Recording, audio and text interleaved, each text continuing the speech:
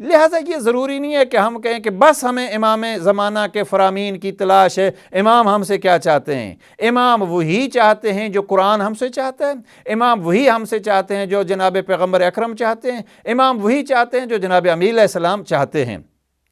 اب ائمہ معصومین علیہ السلام کی چاہتوں میں زمانے کے حوالے سے کچھ فرق ہو سکتا ہے کہ وہ کہیں اب فوری طور پر آپ یہ کرو، لیکن کلی طور پر ان چاہتوں میں کوئی فرق نہیں ہے۔ لہٰذا امام زمانہ کی ذات کا اگر ہمیں قرب چاہیے تو ہمیں جا کے وہ دیکھنا ہے کہ اگر امام کا اپنا فرمان ہمیں ملتا ہے کہ قریب کیسے ہوتا ہے۔ مثلا امام زمانہ نے اپنے بعض فرامین میں بہت اہمیت دی نماز اول وقت کو۔ اب نماز اول وقت ہم مثلا اس سال سے تہیہ کر لیں، ہم 100% اپنی پوری طاقت خرچ کریں گے، کوشش کریں گے کہ ہم اپنی نماز اول وقت شروع کریں۔ امام زمانہ نے قرآن مجید کی تلاوت کو بہت اہمیت دی ہے، ہم کوشش کریں ہم امام زمانہ کی تعلیمات کو سامنے رکھتے ہوئے قرآن مجید سے زیادہ انس پیدا کریں۔ امام زمانہ نے زور دیا ہے کہ میری غیبت کے زمانے میں آپ نے میرے نمائندوں کے قریب سے قریب رہنا ہے۔ ہم یہ کوشش کریں کہ ہم امام زمانہ کی غیبت کی صورت میں امام کے جو نائبین ہیں، جو مجتہدین کی صورت میں ہیں، جن کی ہم تقلید کرتے ہیں، زیادہ سے زیادہ ان کے قریب ہوں۔ اب یہ چھوٹی چھوٹی چیزیں ہیں ظاہراً، اول وقت کی نماز، قرآن مجید سے انس، علماء مجتہدین اعظام کا قرب، لیکن اگر ہم اس کو ہدف بنائیں گے تو ہم ایک سال بعد دیکھ سکیں گے ہم نے اس میں سے کس حد تک، مثلا ایک شخص ہے وہ اپنے زندگی کی غلطیاں نوٹ کرتا ہے، ڈائری اس نے بنائی ہے، جوان ہے، ڈائری اس نے بنائی ہوئی ہے، اپنی ڈائری میں لکھتا ہے کہ آج مجھ سے کیا کیا کوتاہیاں ہوئیں۔ اب وہ جوان 16 سال کا اپنے پہلے سال کی ڈائری میں ایک ہفتے کی ڈائری جب اس کی دیکھی تو وہ لکھتا ہے کہ آج کی نماز شب میں نے جلدی میں پڑھی، اس لیے کہ میں لیٹ جاگا، وقت تھوڑا تھا اور مجھے 11 رکعت نماز تہجد جلدی پڑھنا پڑی۔ یہ ابھی جلدی پڑھنے کو یہ اپنی ایک مسٹیک اور اپنی ایک کوتاہی سمجھتا ہے۔ ایک دن کی ڈائری میں وہ لکھتا ہے کہ میں یہ ورد، یہ ذکر جو ہے وہ 1000 بار کرتا تھا، لیکن آج مجھے کہیں کسی اور کام میں زیادہ مشغول ہو گیا تو میں فقط 700 دفعہ کر سکا، 1000 پورا نہیں کر سکا۔ اب ہمارے جیسے افراد کی نگاہ میں تو یہ کوئی ایسی چیز ہی نہیں ہے۔ لہٰذا اگر ہم کہیں سے شروع کریں، مثلا ہمارے بعض بزرگان، مجھے یاد آ رہا ہے جناب حافظ فرمان علی صاحب مرحوم، جن کا قرآن مجید اردو ترجمہ اس وقت ہمارے ہاں بہت مشہور ہے، کسی نے ان کے ساتھ یہ بات کی کہ آپ حافظ قرآن نہیں ہیں، انہوں نے کہا میں اب حافظ قرآن بن کے گھر سے نکلوں گا۔ 6 مہینے 7 مہینے جو ہیں انہوں نے اپنے آپ کو مقید کر لیا کہ اب میں تب باہر نکلوں گا جب میں قرآن حفظ کر لوں گا، تو وہ قرآن حفظ کر کے باہر نکلتے ہیں۔ اب یہ ایک ہے، یعنی ہدف اور گول اگر انسان بنائے گا تو پھر اس کو اچیو کرنے کی بھی ٹرائی اسی انداز سے ہوگی۔ البتہ یہ مثالیں ہیں، آپ اس میں سے کسی کو بھی لے سکتے ہیں، اپنی تعلیم دنیاوی ہو یا اخروی ہو، اس کو بھی ایک تقسیم ہے۔ اگر ایک شخص جو ہے وہ یہاں کی تعلیم میں بہتر انداز سے دین کے اندر رہ کے جاتا ہے تو یہ بھی ایک کمال ہے۔ دین کی خدمت، دینداروں کی خدمت، یتیموں کی اور غرباء کی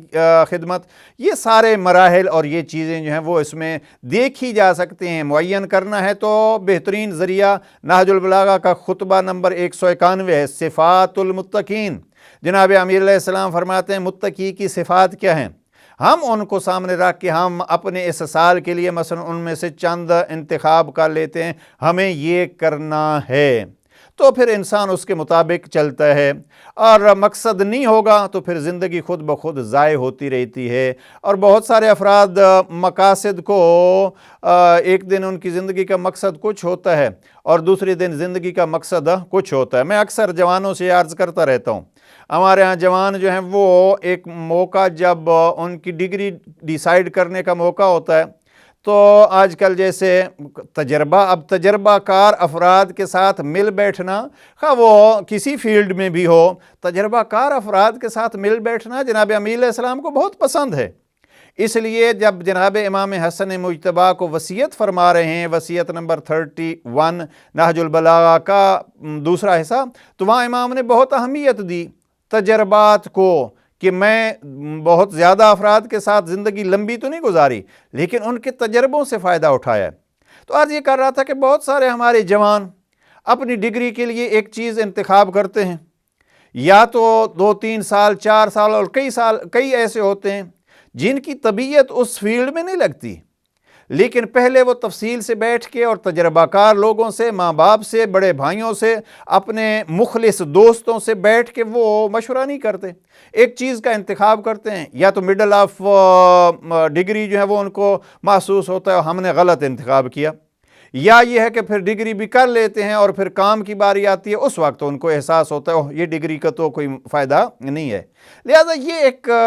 چھوٹی سی مثال ہے کہ اس کے لیے بھی بیٹھیے، ڈسکس کیجئے اور اس کے بعد فیصلہ کیجئے اور مقصد معین کیجئے۔ جب مقصد معین ہو گیا ہے تو اس کو پھر فالو کیجئے۔ البتہ یہ ذہن میں رہے، بعض اوقات ایک آدمی ایک مقصد معین کرتا ہے، غلطی بھی اس سے ہو سکتی ہے، یہ نہیں ہے کہ جو مقصد بھی آپ معین کریں گے 100% وہی صحیح ہوگا، اور پھر جب اس مقصد کی غلطی کا احساس ہو تو بہت سارے افراد ابھی پھر اس کو اپنی بے عزتی سمجھتے ہیں کہ ہم اس کو چینج کیسے کریں۔ بھئی پہلے آپ مکمل طور پر سوچیں، سوچ بچار کے بعد اگر آپ نے ایک چیز ڈیسائیڈ کی ہے اس کو فالو کریں،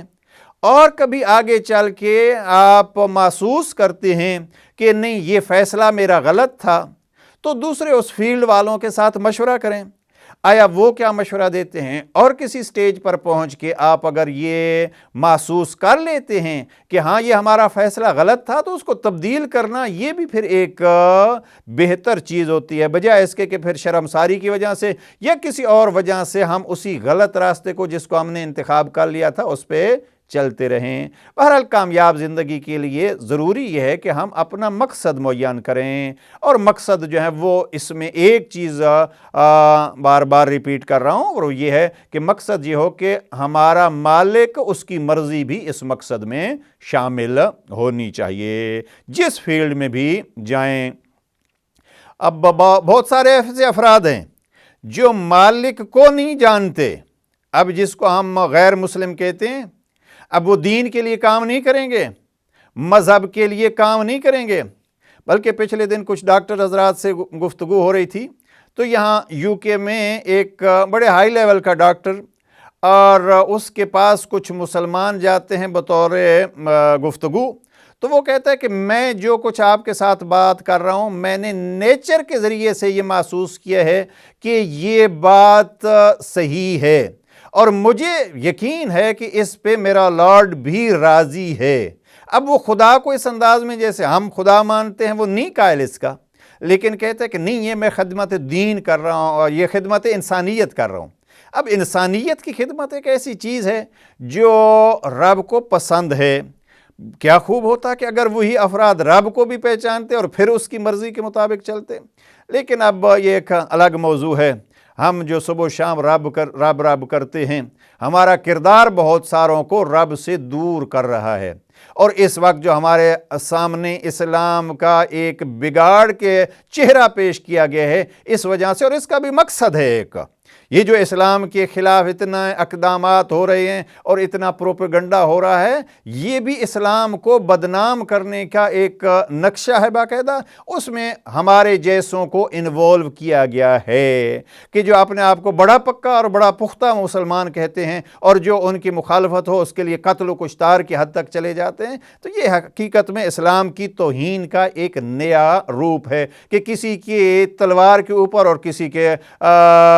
ظلم کے اوپر جو ہے وہ بینر لگا ہوا لا الہ الا اللہ محمد الرسول اللہ کا، تو یہ کوئی اسلام نہیں ہے، یہ اسلام کی ایک توہین کا ذریعہ ہے۔ بہرحال انسانیت کی خدمت رب کو پسند ہے۔ اب مختلف طریقوں سے انسانیت کی خدمت جو ہے وہ انسان سب سے پہلے اپنے آپ کو سنوارے، اپنے آپ کے بعد اپنے خاندان کو سنوارے، اپنے خاندان کے بعد پھر اپنے ارد گرد والوں کو سنوارے، یہ ایک گول ہے۔ اور بہت سارے انسان ایسے ہیں جو اپنے آپ کو سنوارنے میں ہی ان کی زندگی گزر جاتی ہے۔ یہ بھی ایک بہرحال ایک حد تک کامیابی ہے کہ ہم اپنے آپ کو سنوار لیں، لیکن یہ انتہا نہیں ہے۔ اگر نہج البلاغہ کے حوالے سے کامیابی چاہیے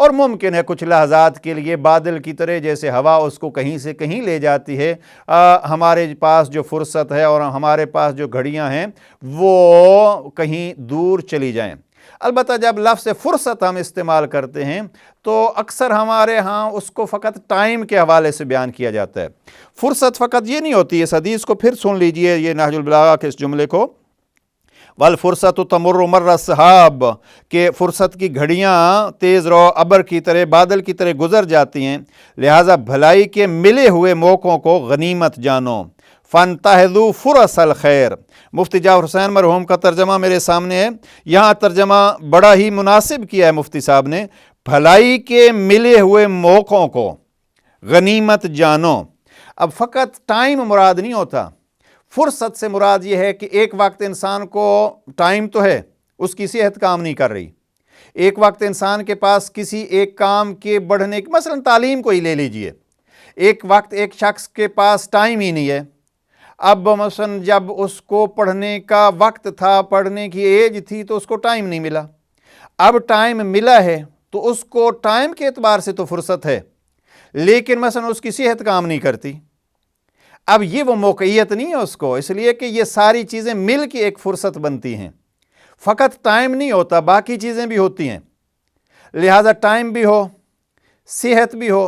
ایک وقت ٹائم بھی ہے اور صحت بھی ہے، لیکن ساتھ انسان کے پاس پیسہ نہیں ہے، اب یہ پیسہ یہ بھی ایک فرصت ہے، ایک وقت ٹائم بھی ہے، پیسہ بھی ہے، فرصت بھی، صحت بھی ہے، لیکن وہاں جہاں آپ رہ رہے ہیں وہاں ماحول نہیں ہے، وہاں مثلا یونیورسٹی نہیں ہے، وہاں مثلا دین کی تعلیم دینے والا کوئی عالم دین آپ کے پاس نہیں ہے، پہلی تین چیزیں تو آپ کے پاس ہیں، لیکن معلم نہیں ہے، ٹیچر نہیں ہے، اب ان ساری چیزوں کو موقعیت آپ کو کہیں، جیسے مفتی صاحب نے ترجمہ کیا، آپ کو اگر آگے اچھائی کی طرف بڑھنے کا موقع ملا ہے تو اس موقع سے فائدہ اٹھائیے، اس موقعیت کو ضائع نہ کیجئے، اس میں بھی ٹائم بھی آ جاتا ہے، آپ کی دولت بھی آ جاتی ہے، آپ کی صحت بھی آ جاتی ہے، یہ ساری چیزیں اس میں شامل ہو جاتی ہیں، لہٰذا ان ساری چیزوں کا ہمیں خیال رکھنا چاہیے، اور یہ ساری چیزیں کوئی پتہ نہیں کس انداز سے گزر جائیں، لہٰذا انشاءاللہ اگلے سیشن میں عرض کروں گا کہ اگر صحت کو ہی لے لیجئے، لحظوں میں بگڑ جاتی ہے، لحظوں میں بدل جاتی ہے، مال و دولت کو دیکھیے، لحظوں میں ہم نے امیروں سے فقیر ہوتے ہوئے افراد دیکھے ہیں، موقعیت کو دیکھیے، تو یہ سارے چیزیں جو ہیں وہ ملا کے موقعیت بنتی ہیں، جو موقعیت اچھائی کی طرف بڑھنے کی ہمیں ملتی ہے اس کو غنیمت جانیں اور کوشش کریں وہ ہم سے زائل نہیں ہو جائے۔ بلکہ یہاں سے مجھے حج کے مسائل کی ذہن میں تصور آ رہا ہے کہ حج کے مسائل میں مثلا ایک شخص اگر اس کے پاس پیسہ ہے، صحت ہے، اور اس نے اس وقت کو گنوا دیا اور وہ واجب کو اس نے ادا نہیں کیا، اب وہ فرصت اس سے چلی گئی ہے، موقعیت اس کی چلی گئی ہے، تو اس پر حج واجب کا واجب رہے گا، اگرچہ اب اس کے پاس پیسہ نہیں ہو لیکن پیسہ تھا، حج واجب ہو گیا۔ یہ ایک مثال ہے موقعیت کی۔ اسی طریقے پہ انسانی زندگی کی کامیابیوں کی طرف جانے کے لیے ضروری یہ ہے کہ ہر سٹیپ میں جو موقعیت ہمیں ملتی ہے اس سے ہم زیادہ سے زیادہ فائدہ اٹھائیں، اور یہ ہے فرمان جناب امیر علیہ السلام کہ والفرصۃ تمر مر السحاب، یہ بادلوں کی طرح گزر جاتے ہیں، فانتہزوا فرص الخیر، تو بھلائی کی جو موقعیت ملتی ہے اس کو آپ غنیمت جانیں۔ اب انسان کو اب کیا کہیں، دین کی طرف آنے کے لیے بھی مثلا یہی کتاب ہمارے سامنے ہے، اب ایک سٹیج ایسی آتی ہے کہ آدمی جو ہے وہ نظروں سے ہی محروم ہو جاتے ہیں، اب نہ پڑھنے کی موقعیت ہوتی ہے نہ پڑھنے کی ہمت ہوتی ہے۔ ہاں، رب کی کتاب پتہ نہیں کتنے ٹائم تک اس نے آنکھیں دی ہوئی ہیں، کتنے ٹائم تک اس نے بیٹھنے کی طاقت دی ہوئی ہے، ایک وقت ایسا بھی آتا ہے کہ آدمی بیٹھ بھی نہیں سکتا۔ بہرحال اب یہ موقعیت، ہدف سامنے ہو، اور ایک ہدف میں پھر ریپیٹ کر رہا ہوں، اس کریم کا قرب اگر ہدف ہو تو پھر اگر کوئی کالج میں ہوگا، کوئی یونیورسٹی میں ہوگا، کوئی فیکٹری میں ہوگا۔ میں نے ایک شخص کو اپنے ہاں دیکھا ہے، فیکٹری ورکر تھا، اور کم از کم 2,500-3 ہزار دینی کتابیں اس کے لائبریری میں موجود تھی، فوت ہو گئے، پروردگار غریق رحمت فرمائے۔ اور میں جب ان سے گفتگو کرتا تھا تو وہ کہتے تھے میں اپنا کام فیکٹری میں یہ پرکنس انجن کی فیکٹری میں کام کرتے تھے کہ کہتے تھے کہ میں نے ایک جگہ ایسی وہاں ان کام فیکٹری والوں سے مانگی ہے کہ مجھے ایک کرسی دے دو، میں وہاں اپنی کتاب رکھ لیتا تھا اور جو مشین چلاتا تھا اس کے درمیان اگر 10 منٹ بھی مجھے فرصت ملتی تھی تو میں وہاں 10 منٹ بیٹھ کے اپنے کتاب پڑھ لیا کرتا تھا۔ اور میں جب ان کی کتابیں دیکھتا ہوں تو ایک ایک سطر پہ مثلا انہوں نے کس انداز سے، اب یہ اور پھر ایک سلسلہ ان کا تھا صبح فیکٹری میں کام کرنا اور شام کو پھر دوسروں کے بچوں کو قرآن مجید پڑھانا۔ درجنوں بچے ایسے ہیں جنہوں نے ان کے پاس سے قرآن مجید پڑھا ہے، خود دنیا سے کوچ کر گئے ہیں، اب اگر وہ بچے زیارت پیارے انداز میں اور قرآن مجید پڑھتے ہیں، مرثیہ اور نوحہ پڑھتے ہیں تو وہ واقعاً ان کو ثواب ہوگا۔ اب یہ دنیاوی طور پر اس تعلیم کے حوالے سے ہم نے بہت سارے ایسے افراد دیکھے ہیں جو والنٹیئرلی آ کے مساجد میں بچوں کے ٹیوشن کلاسز رکھتے ہیں، مفت میں اپنا وقت خرچ کرتے ہیں،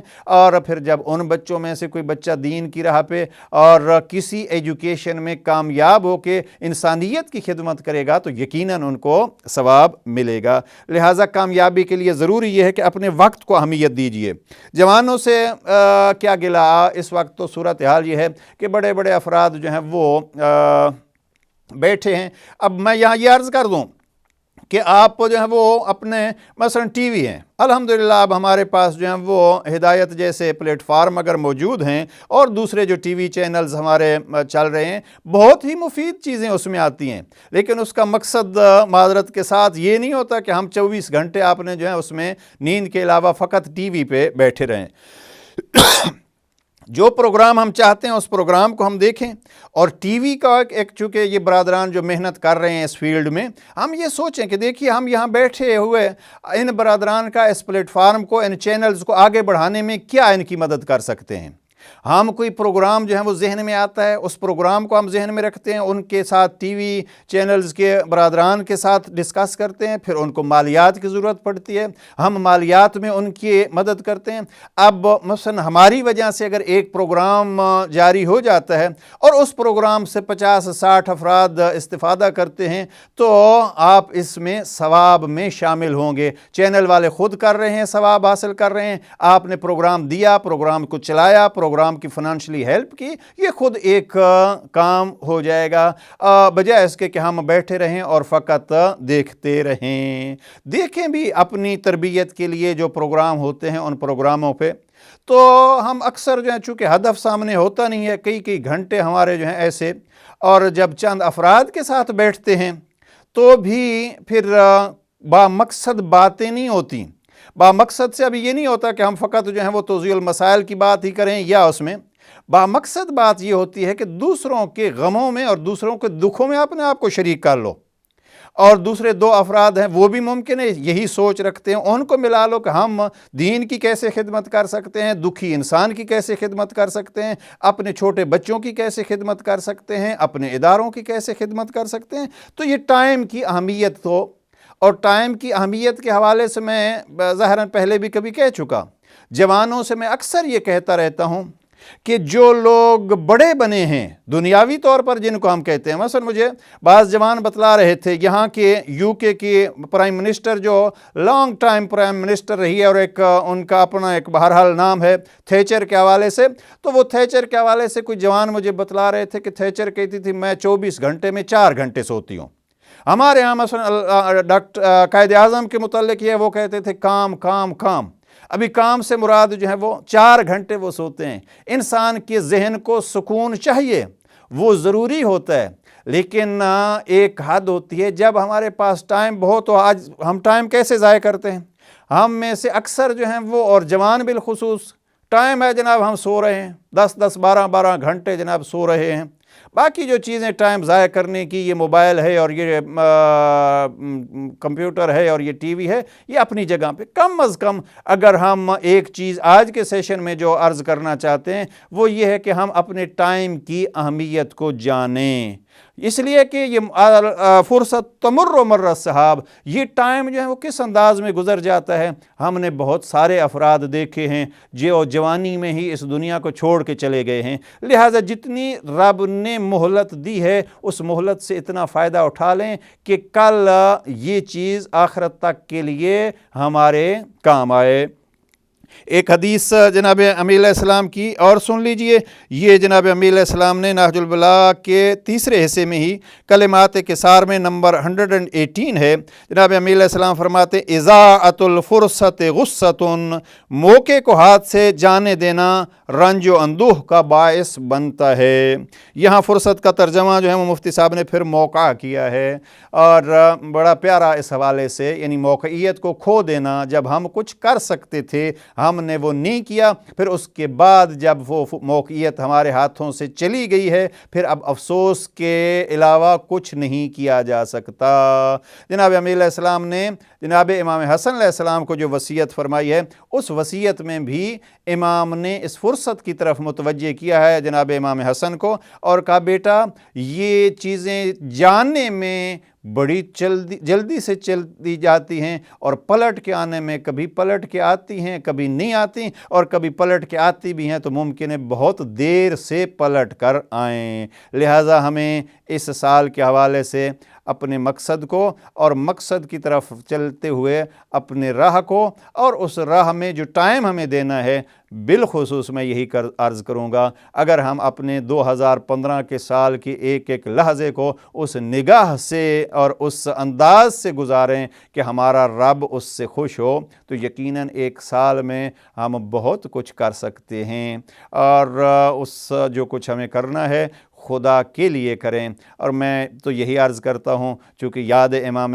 عصر ہے، یاد امام زمانہ ہے، کیا ہم اپنا یہ ہدف بنا سکتے ہیں کہ 2015 کا پہلا دن عید زہرا کے ذریعے سے شروع ہو رہا ہے؟ ہم کوشش کریں اپنے امام کو، اس لیے کہ وہ افراد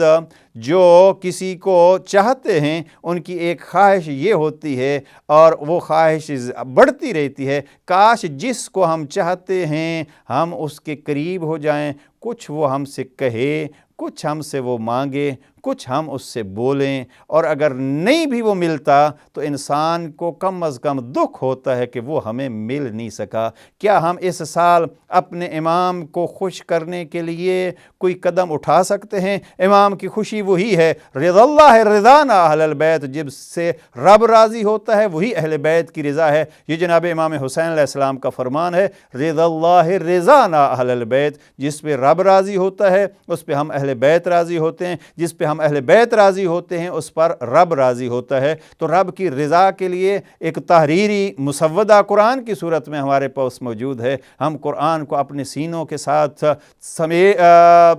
سینے کے ساتھ لگا کے، ہم اس قرآن کی تعلیمات کو بھی سینے سے لگا کے کوشش کریں کہ ہم ان تعلیمات کو اپنی زندگیوں میں اپناتے ہوئے اپنی زندگیاں کامیاب بنائیں، اور ساتھ پھر امام کے قرب کی بھی راہیں تلاش کریں۔ پروردگار ہمیں اپنی زندگیوں کی اہمیت کو سمجھنے اور ان کو کامیاب بنانے کی توفیق نصیب فرمائے۔ اپنے اوقات کی، اپنے وقت کی، اور ان گزرتی ہوئی اور تیز رفتاری سے گزرتی ہوئی موقعیتوں کو حفظ کرنے اور ان سے زیادہ فائدہ اٹھانے کی توفیق نصیب فرمائے، اور پروردگار ہمیں امام کا قرب نصیب فرمائے۔ والسلام علیکم ورحمۃ اللہ وبرکاتہ۔